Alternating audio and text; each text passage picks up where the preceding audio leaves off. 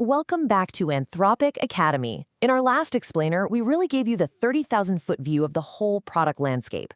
Well, today we're zooming all the way in. We're getting our hands dirty with a step-by-step guide to putting Claude Code to work on your machine.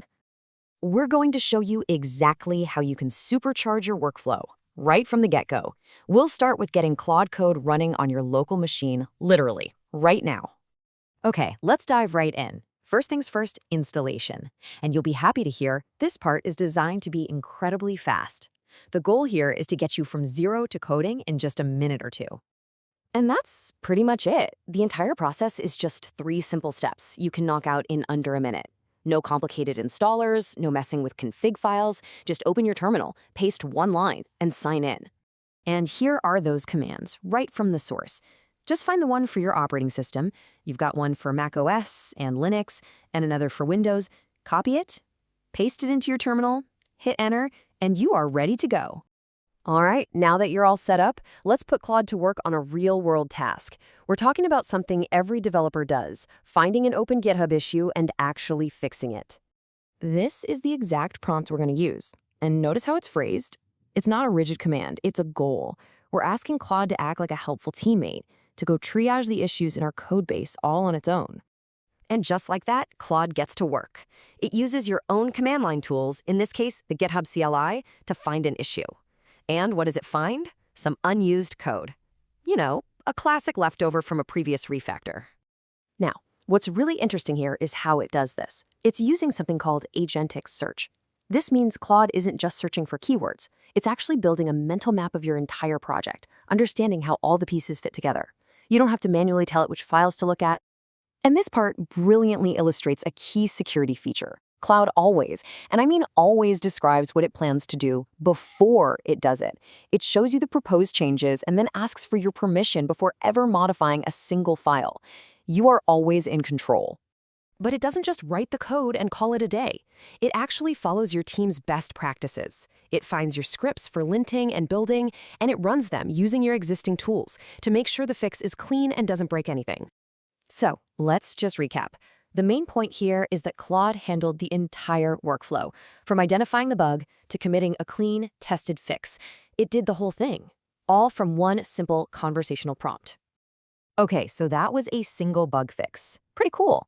But now let's see how this scales up from a small fix to more complex tasks, like a large-scale refactor and even full automation. Here, we're giving Claude a much broader, more ambitious task. We're basically asking it to clean up our code, reduce duplication across 9 different files by creating a totally new, shared component. This is the kind of thing that can eat up a developer's entire day. And this timeline just shows how deep that process is. It analyzes, it creates, it refactors. But then check out step 4. It runs the tests and they fail, which, can happen in a big refactor. But instead of just stopping, it actually identifies why they failed, fixes its own mistake, and then reruns everything to confirm it's all good. That is some next-level autonomous work. So, what if you could take these complex workflows and automate them even further?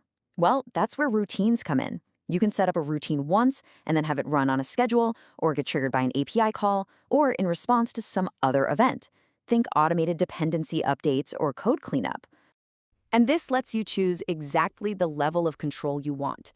Standard mode, which is what we saw earlier, keeps you in the loop for every single action. Auto mode, on the other hand, is perfect for those automated routines that you trust to just run in the background. Okay, let's zoom out a little. We've seen what this can do for an individual developer, but what happens when you start looking at the impact on an entire team's speed and efficiency? Well, here's one number for you. Teams using Claude Code are seeing 7.6 times more frequent deployments. That's a massive boost to how quickly they can ship features and get them into the hands of users. And when things do go wrong, they're investigating and fixing those incidents 80% faster. I mean, think about it. That drastically reduces downtime and keeps things running smoothly. This quote from a staff software engineer really hits the nail on the head. It's about giving developers back their most valuable resource, time, by automating all that tedious, boring work.